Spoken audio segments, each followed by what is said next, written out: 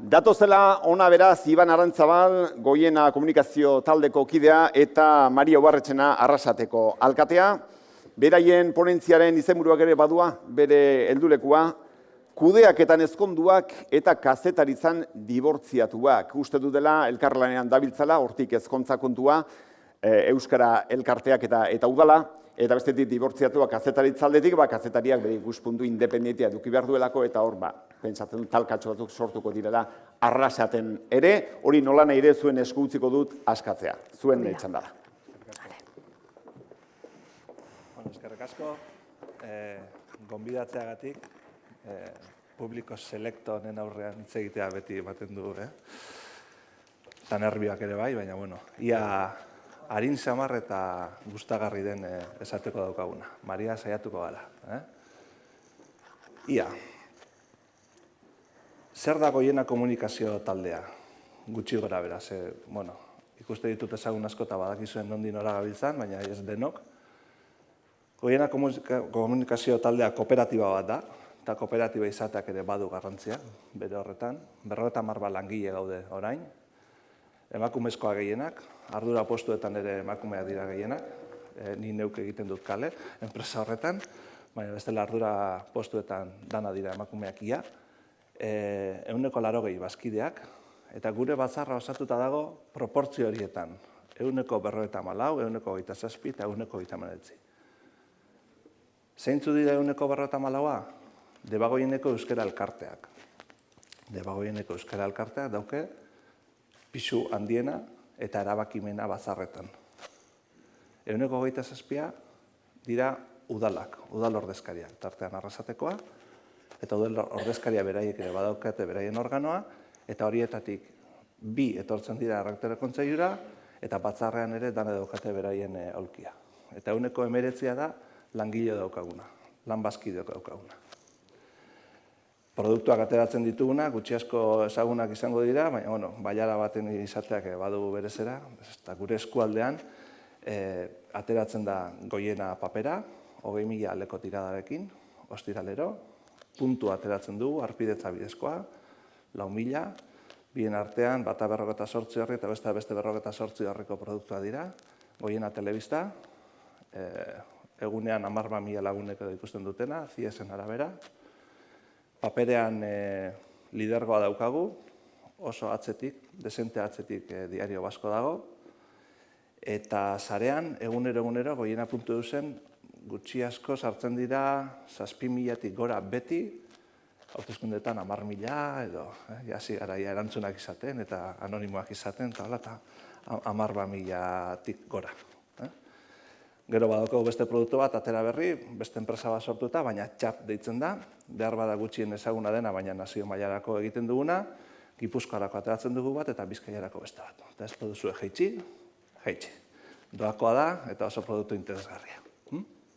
Karo, errektore kontseilua ere, zera horren arabera dago banatuta. 54 Euskara Elkarteak, beraz presidentea gure Euskara Elkarte bateko presidentea da, kasu honetan Arrasateko AED-ko presidentea, 127rekin daude 2 udaletxe, Bergara eta zera egon dira eta orain daude, Aramaiokoa eta Bergara egon izan dira, eta orain daude Oñati eta Aretxabaleta. Eta hor kasuan, ni zuzendari nagusia naiz, baina zuzendari nagusiak ez du ezer pintatzen. Edo bai, zer bai, baina ez daukagu botorik. Zuzendari nagusi moduan ez daukagu botorik, eta erabakimena maila horretan dago banatuta. Hau esan behar dut, 20 urteko ibilbidean inoiz ez dugula bozkarik eman.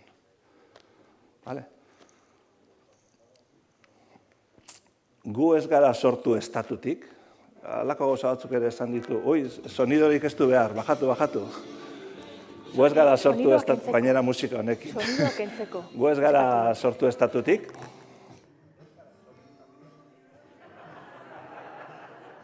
Hau nahi eta ego zuten. Ez dakit dantzan egin, ero. Ez gara sortu estatutik, entzungo da, ez? Altua goiko dut. Ez gara sortu kapitaletik, eta gu erregintza gara. Erregintza zere egin ditu Mario Kain bate argibide, eta gu euskalgintza gara. Erregintza garela esaten duguna, zer gara, erregintza gure komunitateko maila selekto bat, herrigintza ere bada udaletxetik egiten den lana, zelan bai, herrigintza da euskara elkartetatik egiten dena, zelan bai, herrigintza ere bada guk egiten duguna langile moduan, eta hori zelan bai, eta gainera pasatzen dugu bomba, hori bai. Kazetaritza egiten dugu oso giro honean, eta giro ona daukagu oro har komunitatean ere. Horrek zer esan nahi du, ez garela azarretzen? Ez, azarretzen gara, baina giro honean egiten dugu eta posik. Salto egingo dut hau, ez naizelako helduko gero. Zer esan nahi du honek? Editorialik ez daukagula eta editorial jakin batera danak daudela txikita? Gure editoriala hiztun komunitatearekin konprometitua da. Honetan ere badu zerikusirik Mariok aipatu dizkun gauzekin. Eta saiakera da oreka informatiboa. Beti gertatzen ez dena, baina bai saiakera dena. Eta horrekin lotuta kalitatea. Gaur kazetaritzan kalitatea zer den, beste eztabaida baterako emango luke. Esaterako kalitatea bada gaur tita egitea gauzak bizkortasunez, seguruenik bai eta orain dela 10 urte ez ligukete hori esango. Kalitatearen parametroak ere aldatzen ari dira eta unibertsitatean ikerlariak eta badabiltza horrekin, guretzako helburu bada kalitatea.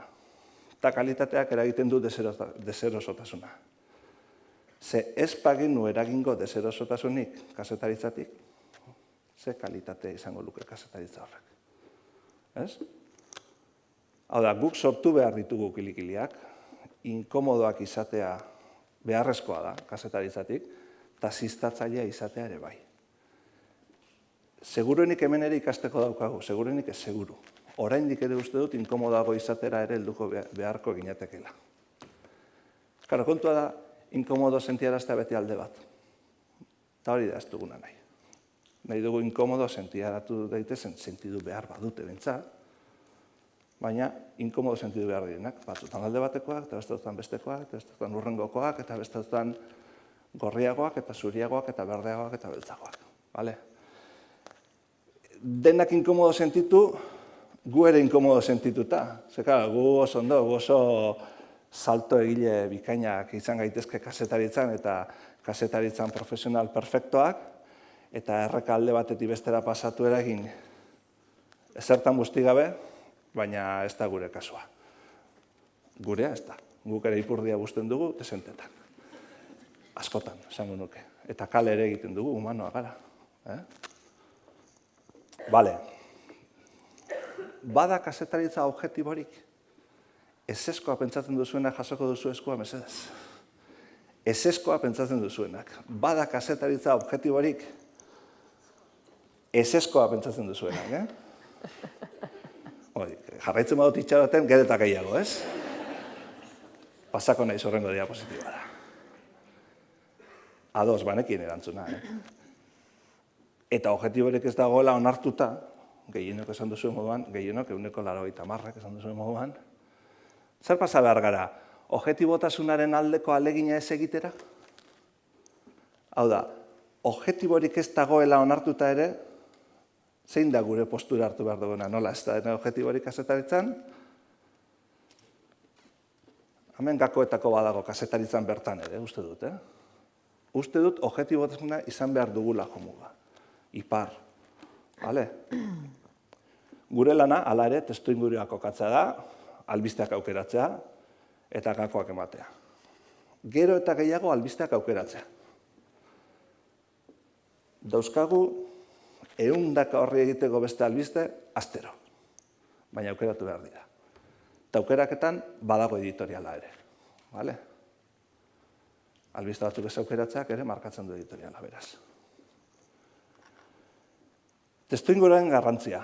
Goienaren lana ez da jenteak zer pentsatu behar duen idaztea. Hau pasatzen ari da kazetaritzan, gero eta gehiago esango nuke. Hedabide batetik, zuetako zuri esatea zer pentsatu behar duzun ia-ia. Eta hori ez da gure lana. Goiena mentzat ez dugu hori gure lantzat. Gure hiztun komunitatean pentsakera askotako jentea dago, eta gu ez gara egiaren jabe. Nahi ere ez genuke nahi, baina ez gara egiaren jabe. Egiak asko dira. Gu saiatu behar garena da objektiboki kontatzen. Saiatu objektiboki kontatzen. Behar bada objektiboa izan gabe beti. Eta zer pentsatua sortzen. Eta gero, erabakiko du irakurreak. edo ikusentzuleak. Azkenean subjektua bera da, gure bezeroa bera da, gurean kontsumoa duena. Bale? Zer esan nahi du, ez daukagula hildo editorialik? Ba ez, badaukagu hildo editoriala. Ez alderdien alde, edo alderdi guztien alde, edo alderdi guztien kontra, nahi duzuen moduan. Gure hildo editorialian, bai gaude parekidetasunaren alde, eta egiten dugu, eta estilo liburua barri berria dugu, Arrasteko udalarekin batera egindako estilo liburua, por cierto, emakume txokoarekin, bai euskaltzaletasunaren alde, bai gardentasunaren alde, bai debagoinaren alde, Euskal Herriaren alde, eta ez doaz beriztuta, debagoinen alde egiteak Euskal Herriaren alde egitea dakar, eta guk hori oso gure linea editorialean dugu. Nazio ezberdinetako pertsonen gure hildi aurrerakoia da, zela baita ezatarren, beti hitzak, zela baita ezatarren. Eta aspaldian gure hildo editorialean sartuta daukagun beste kakoetakoa da, esamesen kontra egitea. Uste dut, kazetaritzak hemendik ere gero eta gehiago beharko duela. Zuen eskuko telefonako WhatsAppetan, zenbat aldiz harrapatu dute umeren bat zuen herrian. Uste dut, kazetaritzak badaukagula hor zer egina. Eta gauzak kontrastatu, eta zera ofizialekin egon, herritarrekin egon, handik eta mendik informazioa jaso, eta hori eman. Askotan tokatzen zaigu orain, lehenengo aldiz informazioa eman behar dugunean, ezeztatzen ematea. Bale? WhatsApp taldeak min handia egiten ari dira. Bale? Claro, hau esan da, dana ondo, baina zer esaten du debagoieneko jendarteak? Zer dio guk egiten dugunaz? Inkesta bat egina dugu,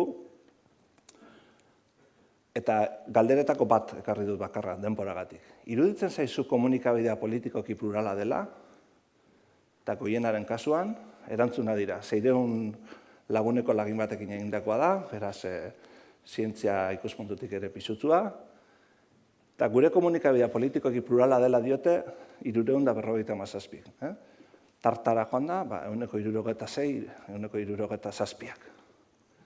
Ez dakit, beste zati bat, gorriz dagoena, 113, 114. Soziologo hori bada hemen? Bueno, atrebituko naiz, ez da? 70 eta 14 ere batzen, kasi. Ez dakit soziologoek utziko ligukete, baina nire ustez bi zutabea batzekoak ere badira, zelan bait. Eta ez diotenak dira, 73 lagun, hori da, 113 izango litzake hori gaizki dago. Eta gainera, ez garela esaten duten horietan ere, egin dugu ber galdera, eta esan, baina noruntze, gure errena norakoa da. 34 esaten digute EAJ-ra, 38 EH Bildura, debagoineko datua dira. Segun ze herritan, esaten dute gehiago EH Bildura, gehiago EAJ-ra. Eta zerikusia du askotan, udalean gobernatzen ari denaren autua egin da. Zergatik, informazio uholdea, udaletxetik mugitzen delako. Datu hauekin, superposik.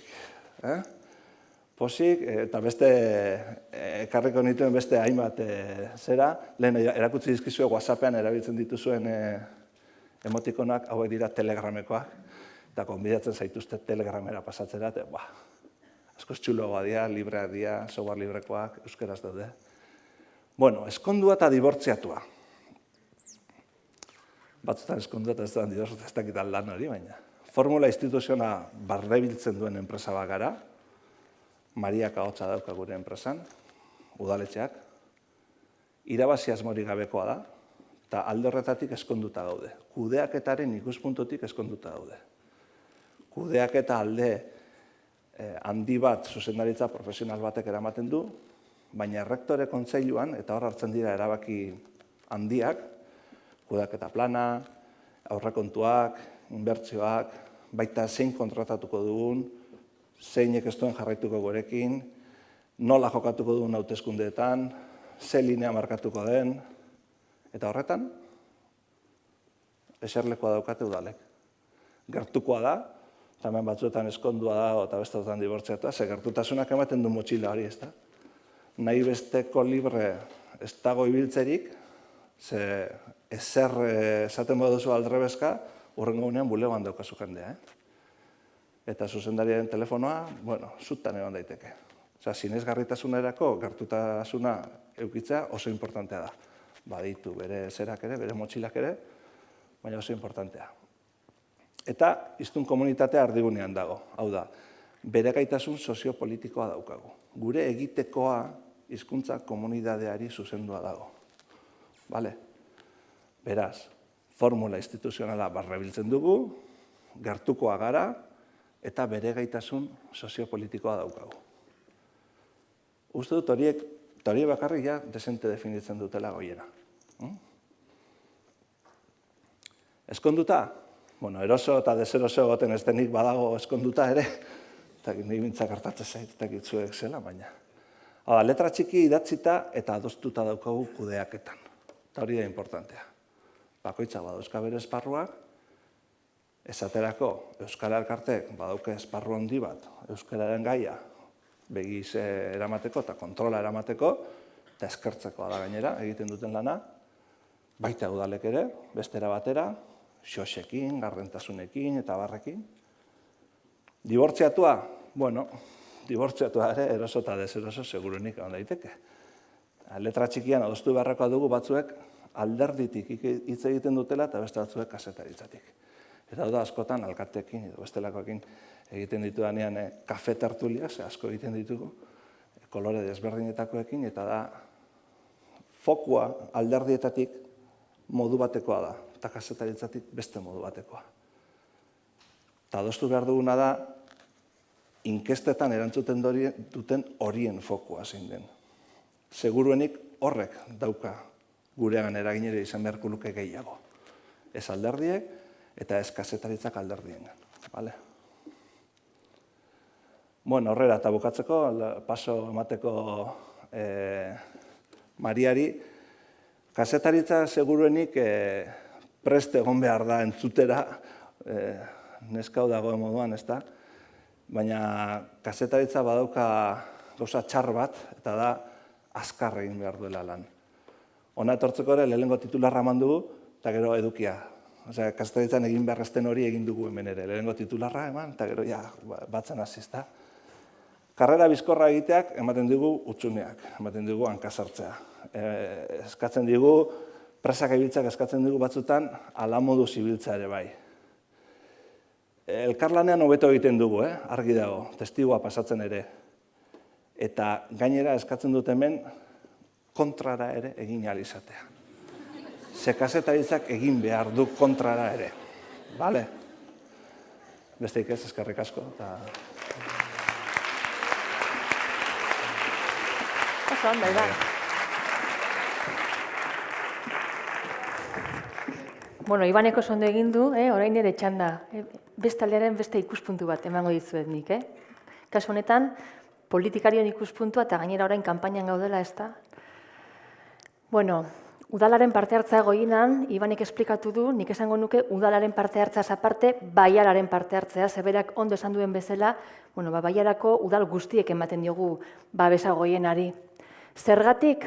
Hori, euskararen apustu sendoa, euskal komunitateari, hizkuntza komunitateari, apustu sendoa kolorei men egin gabe. Ze badakizue, udaletan, hauteskunde garaian, batzuetan koloreak aldatzen dira, beste batzuetan ez, baina hor aldaketa batzuk suposatzen dute, eta aldaketa horiek ere ekarri zezaketen, zezkenean hau, udal erabaki bada, ez da, Iban, hor egotea edo ez egotea, eta erabakia izan zitekeen ez egotea, baina ez da sekula pasatu. Berdin da hor egon udalean, nik uste dut danok daukagula ikuspuntu hori. Beharrezkoa dela, eta helburua izan behar dela hori, euskararen normalizazioa. Eta helburu hori denok garbi baldin badaukagu, gure deseretasunak eta alde batera utzi beharko ditugu, batzuetan batzuk, beste batzuetan beste batzuk, baina helburu hori, ipar hori ezin dugu sekularea ahaztu. Ibanek esplikatu dizuen, niri hemen ahaztu zait jartzea, telebistaz aparte, papera, irratia eta ere webgunea, geroz eta gehiago erabiltzen dena, baina nik esango nuke oso paper ona egiten duela kasu honetan paperak. Berak esan duen bezala, etxe guztietara iristen da, ostiraletan, eta egia da, euskeraz irakurtzen ez duten hoiek ere nolabait euskaraz irakurtzen animatzeko oso erraminta ona dela. Ostiralero, Goiena papera gure buzoietan eukitzia.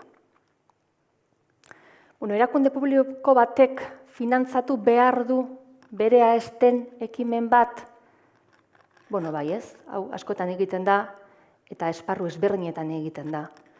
Baina erakunde publiko batek finantzatu behar du, gainera kontrolatzen ez duen ekimen bat, segia da Euskal Herrian gu, ohituta gaude, horrelako elkarlanak egotea, herrigintzaren, herri ekimenaren eta erakunde publikoen arteko elkarlanak, nik uste ohituta gaude gure kulturaren barnean dagoen zerbait dela.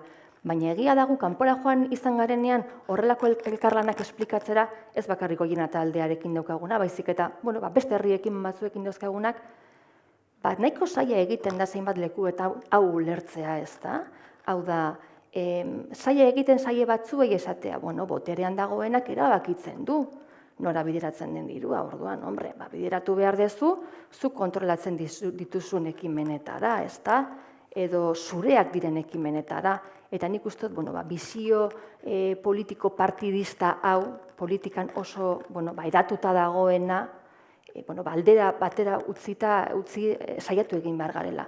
Lehen esan dudan bezala, beti ere kontuten eduki behar da, zein da benetako helburua. Eta benetako helburu horretan, benetan sinisten baldin badugu, denok utzi behar ditugu gure deserotasunak alde batera.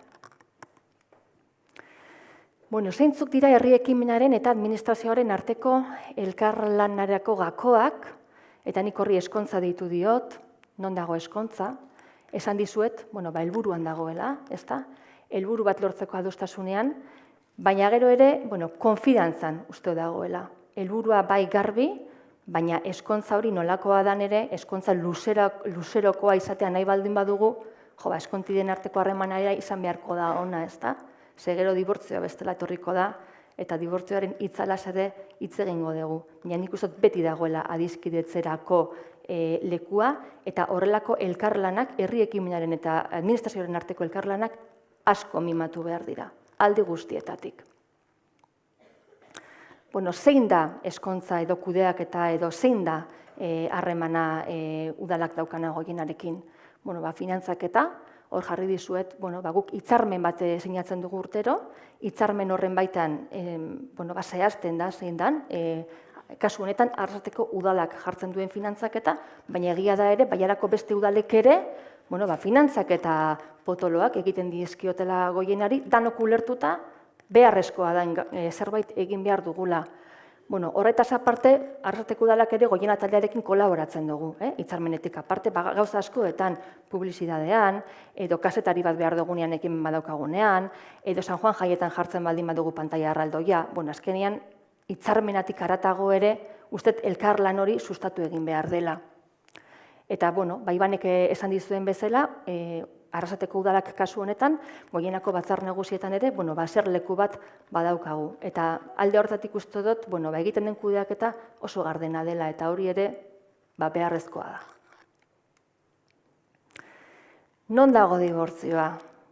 Komunikazioan. Ze gainera herri ekimen hau komunikabide bada, ez da? Eta komunikabideak eta politikaren arteko lotura, nik Ibani brometan askotan esaten diot, esaten dute komunikazioa dela, ez dakizen bagarren boterea, baina nik esaten diot komunikabideak direla iaia lehen edo bigarren boterea, eta horre ere komunikabide boterea ahalmen handia daukatela, ze jende askorengan iristen dira, berri asko zabaltzen dituzte, linea editorialak badaude, eta eurek ere, zehaztu dezakete zer mezu eman, edo ze gai jorratu, edo ze gai ipini kandeleroan, eta politikarientzako hori oso garrantzitsua da, orduan, hor badaukagu gako bat.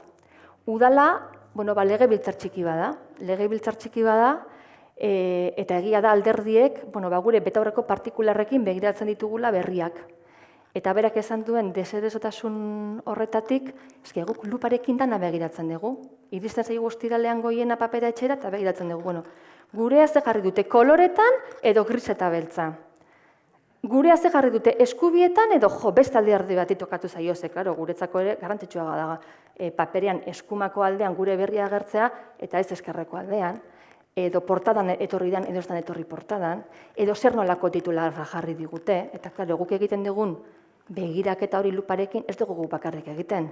Udaleko alderdi guztiok egiten dugu. Eta orduan dano jotzen dugu gero, Ibanen gana, edo Enekoren gana, ez da, Iban, jo, ba. Eta, bueno, legebiltzar txiki bat Goienak horretan ere eukidu bere eragina. Esate baterako gure osoko bilkurak lehen ez ziren grabatzen, baina orain Goiena telebista etortzen da. Jo, imaginatuko zarete gure osoko bilkuren epea duplikatu egin dela. Lehen ordu bat edo 2 ordukoak baldin bazia pasa egin gara, 2tik 4. Zergatik, show pizkat ere, telebista aurrian, aprobetxatu egiten dugulako politikariok, eta, hor ere, Goienak eukidu bere papera. Hor daude hildo editorialak. Zein da Goienarena? Ibanek esplikatu du zein da Goienaren hildo editoriala. Guk batzuetan uste dugu bestearena dela. Ni AJ-tik nator eta nik askotan esaten diot. Zuek zeate EH Bildunak. Eta EH Bildukoak joaten die, eta zuek zeate EJ-koanak. Eta etortzen die Podemosekuak, eta beti EJ edo EH Bildu. Eta sozialista, gu hemen ez gara agertzen, eta egia da, danok egiten dugula kritika, danok gaudela deseroso, danok gaudela kexati, eta horrek ere, esan nahi du ein batian, inorraz baldin badago posik, inorren alde ere egiten ez dela, ez? Eta hori, bai aitortu behar zaio Goienari, Goiena komunikazio taldeari. Orduan, dibortzioan bukatu ordez badago, errekonziliazioa ipinidot adiskidetzerako biderik badago, guk uste dugu baietz. Azkenean, hau, bikote batean bezala da, ez? Haserreak egoten direnean, egin behar dezu adiskidetasun horretarako bideak erraztu. Eta errazte hori da gertutasun hori. Eta gertutasun horrek ematen dizu, kazetariarentzako ere ez da erresa, baina nik uste dut lehen esan dudan bezala, mimatu beharreko harremanak direzela, kafe baten bueltan eseri, hitz egin, eta, apustua merezi du? Guk uste dugu merezi duela. Exigitzen du asko, exigitzen du denbora, exigitzen du konfidantza, psikologia apur bat jarri dut, apur bat baino nahiko desente gehiago da. Eskatzen duen psikologia, empatia, bestearen lekuan ipintzia, ez da, Iban? Baina, apustuak merezi du. Orduen, esan bezala, mimatu beharreko elkarlanak direla bai, eta batez ere, kontutan eukitzia, zein dan iparra. Eta zein dan, benetan, hemen, guztiaren atzian, edo gainetik, hobeto esan da, dagoen helburua. Eta helburua da, hizkuntza komunitatea. Eta ipar hori ezin dugula sekula galdu. Eskerrik asko.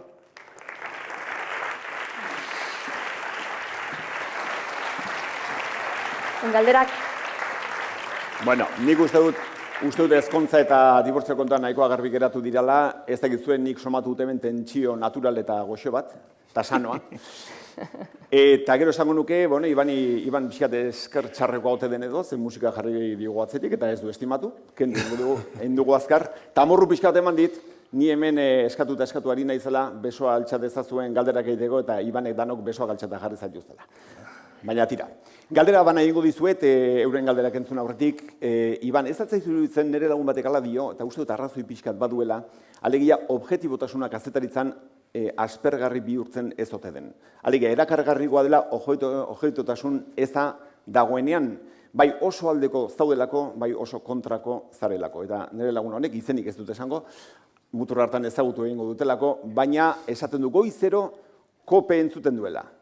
Askotan erdi lokartuta egoten dela, eta nahiz da bere lagun handi batek beste irrati baten lan egin, kope entzuten duela, esnatu egiten delako. Iban. Ez dakin orden zure laguna, baina friki samarra bada. Ez duzu jakingo. Niri uste dut askoz aspergarriagoa dela alde bakarreko informazioa ematen duen hori. Beste eta askotan erosi egiten delako informazio hori erostearekin ezaelako informatzen berez. Hau da, Twitterren bakarrik zure lagunak timelineen eukitzea moduan, ez da? Osa, benetan dakizun hori eta konbentziduta zauden hori berne eta berriz jaten egotea, ez da aspergarria? Gureak, pluraltasunak egiten duena da, abaniko luze bat eman. Eta batzuetan, mugitu eragin, eta beste alde batean mugitu eragin. Esan dudan moduan asko daukago ikasteko honetan, eta honetan egin beharko dugu aurrera, eta kafe askoz gehiago hartu, seguruenik, ze aurrera egitea honetan, esan nahi du beste batzuk deserosoago egongo direla. Uste dut hori dela egin beharrekoa. Benetan, aspergarriena dena da, alde bakarreko matraka ematea. Baina askotan ez da informazioa bilatzen, ez? Bezik eta bizkat espektakuloa, ez? Bai. Ez eta informatibo kutsuko saioak izan, askotan ikuskizun bihurtzen dira, ez da? Bai, eta bila joan gabe topatu ere, bai. Mariak esan du bizka showa ere badela osoko bilkuretan izaten dena, gu kamarak hartzen ditugu bakarrik, aktoreak ez gara gu, Bila joan barik ere egoten da showa nun ikusi, ez? Baina zuen kulpa apur bat izan da. Zezuek etorri zeinaten ati gertatu da hori. Ez ba zeinaten etorri... Dibortzioa ematen du baina ezkontza kurtsuki ikusten duen, Rollo hona asomatzen dut. Maria, zuri galdera egin behar dizun eta galdera egin aurretik pixkat erantzun didazu. Tensio puntua egon liteke goienarekin tarteka, baina egia da zuen bozgorailua, ez zuena EAJ-arena, baizik eta udalbatzarrena dela, eta beraz hor zuen lana gehiago ikustarazten duela goienak, ez da? Hori onartu behar duzue. Bai. Azkenian, herrian gertatzen diren gauzak komunikatzeko aukera ematen dizu, eta badaukagu ere gertuko harreman hori, eta guztioi ematen digute ahotsa, hori egia da. Eta badauka, balantzan, hori, apustak merezi du?